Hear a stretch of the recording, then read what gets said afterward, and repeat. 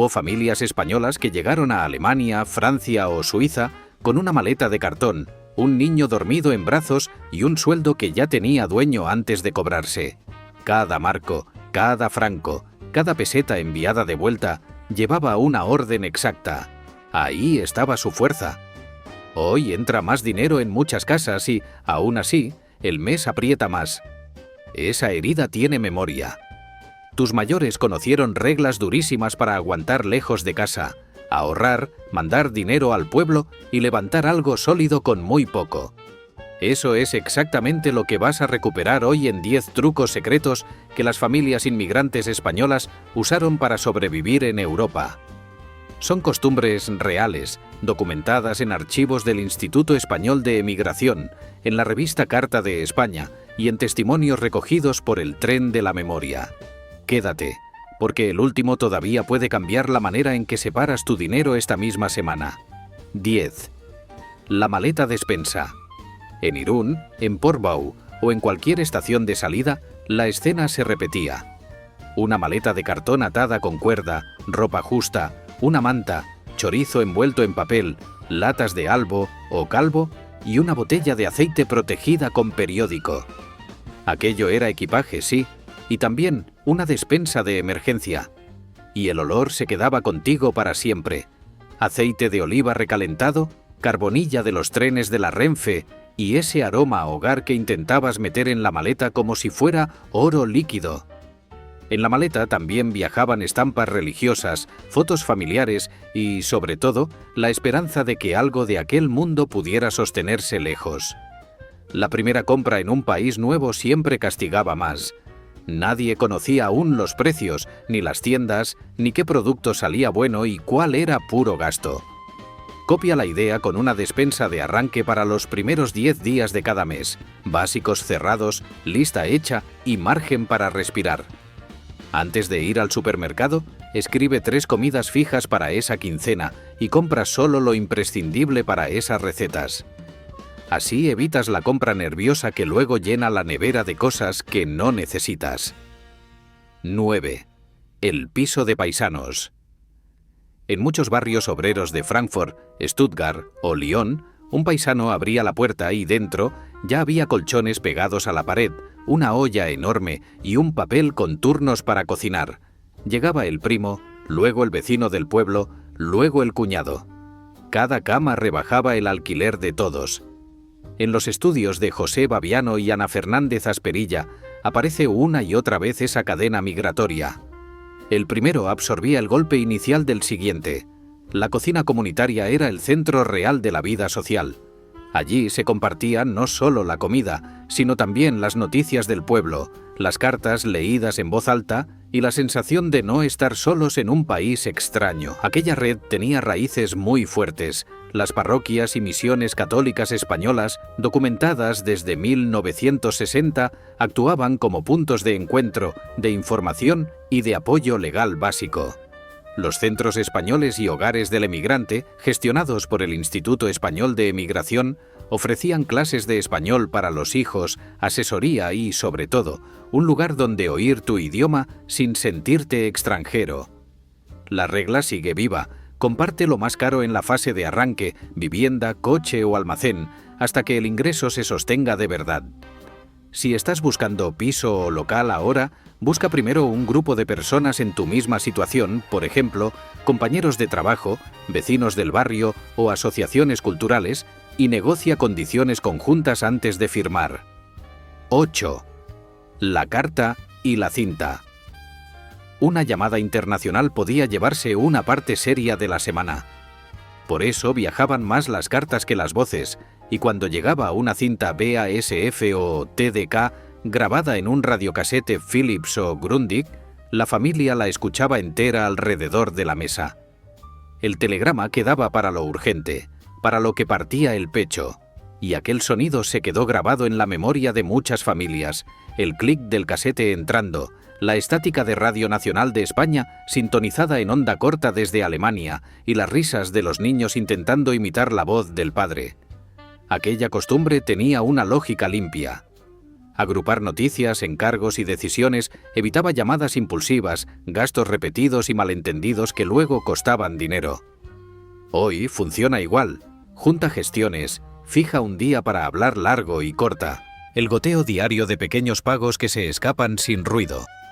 Programa una hora familiar del dinero cada semana. Revisa cuentas, encargos, compromisos y decisiones importantes. Todo en una sola conversación, sin interrupciones de mensajes y redes sociales. 7. Las horas extra con destino.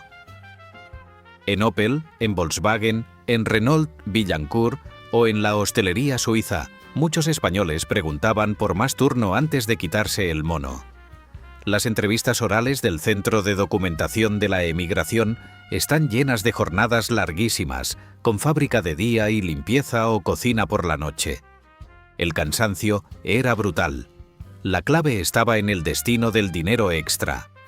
Ese dinero no se mezclaba alegremente con la compra de la semana. Iba a la casa del pueblo, a una deuda familiar o a la cartilla.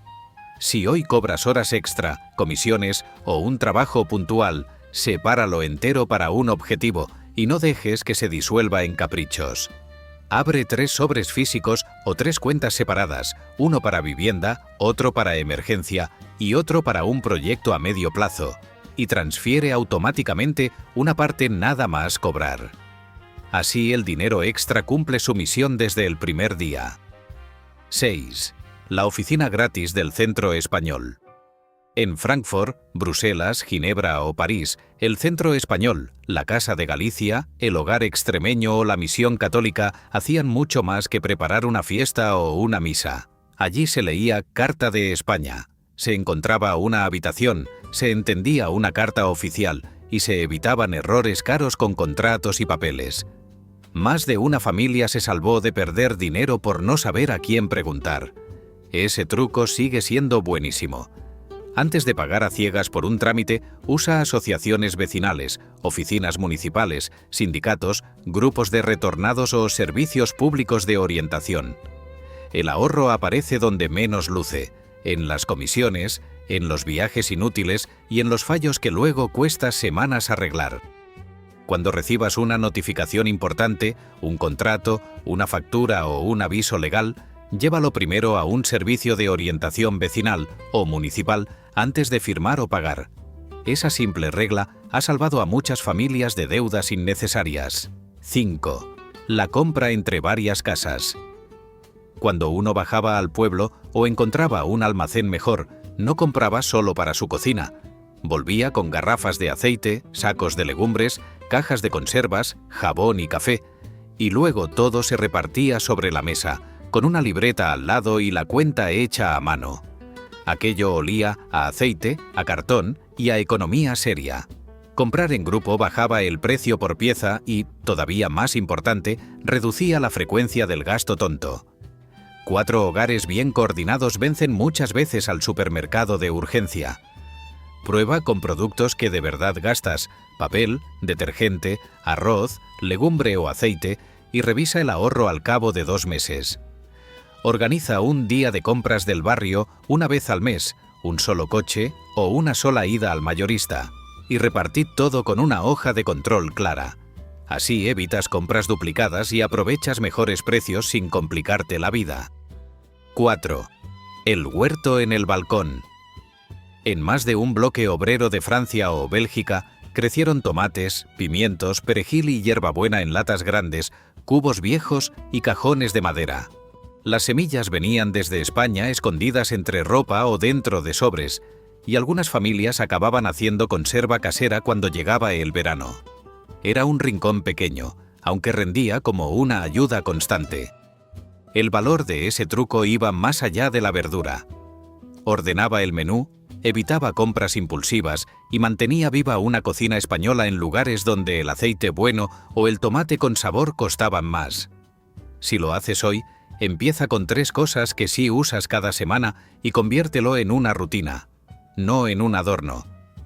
Planta solo lo que consumas mucho: tomate, pimientos, hierbas aromáticas, y aprende una conserva sencilla, pimientos asados o tomate frito casero. Esa pequeña huerta puede bajar tu cesta de la compra de forma real y darte también un sabor de casa en medio de un país extraño. 3. El viaje anual que llenaba 2 casas. Cada agosto bajaban coches cargados hasta el techo: Renault 12, Seat 124, Opel Kadett, con la vaca atada con pulpos y mantas. La tortilla envuelta en papel de aluminio aparecía en un área de servicio francesa, los niños dormían cruzados en el asiento y la ruta por Lyon, Perpiñán y La Junquera estaba medida casi al minuto. Aquel viaje era una romería y una operación logística. En la bajada entraban regalos y encargos para la familia. En la subida volvían jamones, chorizos, aceite, queso, turrón, ropa arreglada por la madre y hasta cuaderno rubio para los niños. Aplica la misma cabeza cuando hagas un gran desplazamiento, agrupa compras, recados y encargos en un solo movimiento y verás cuánto dinero deja de irse en viajes sueltos. Antes de salir de viaje, haz una lista única de todo lo necesario para casa, regalos, recados y provisiones, y planifica una sola ruta eficiente. Así evitas idas y venidas innecesarias que siempre acaban costando más de lo previsto. 2. La casa levantada desde lejos. Mientras media Europa trabajaba a turnos, en muchos pueblos españoles crecían las llamadas casas de alemanes, sobre todo en Galicia. Un verano se levantaba una planta, al siguiente se ponían ventanas, luego llegaba el alicatado del baño y después el tejado. La casa avanzaba por fases, con paciencia y con una idea fija. Ahí había una lección enorme. El ahorro dejaba de ser una cifra abstracta y se convertía en ladrillo visible, en algo que frenaba el gasto corto y ordenaba años enteros de esfuerzo. Usa esa lógica con tu gran objetivo: una reforma, una entrada, una amortiguación familiar, y divide el proyecto en etapas reales, cada una con su cantidad y su fecha. Elige un objetivo grande, por ejemplo, una reforma o una entrada, y sepáralo en hitos mensuales claros, con una cantidad exacta y una fecha límite. Cada hito cumplido refuerza la disciplina mucho más que un simple ahorrar más. 1. Cobrar, separar y mandar. El truco más poderoso empezaba el mismo día de paga. El sueldo se partía antes de tocarlo demasiado: alquiler, comida, giro a España, cartilla de ahorro y un pequeño sobre para el golpe inesperado.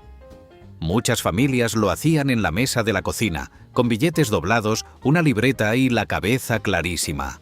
Ese gesto doméstico movió un país entero. El Banco de España registró que las remesas de emigrantes llegaron a representar entre el 3 y el 5% del PIB en los años 60, y ese dinero salió de hogares corrientes, de gente que vivía apretada y aún así apartaba primero lo importante. Muchas veces viajaba por giro postal y acababa apuntado en una cartilla de la caja postal o de la caja de ahorros del pueblo. Aquí está lo mejor: todavía funciona. El día que cobras, divides en 4 apartados reales: casa, comida, futuro y emergencia. Lo haces antes de empezar a gastar y dejas fuera de la vista lo que pertenece al futuro. Esa regla levantó casas, pagó estudios, sostuvo a padres mayores y permitió volver con algo más que una maleta llena de recuerdos. El día que cobres, nada de tocar primero el dinero suelto para ver qué queda. Separa inmediatamente una parte para vivienda, otra para comida básica, otra para ahorro a medio plazo y otra para emergencias. Y si algo sobra, sobrará de verdad, sin que tu día a día lo haya devorado antes.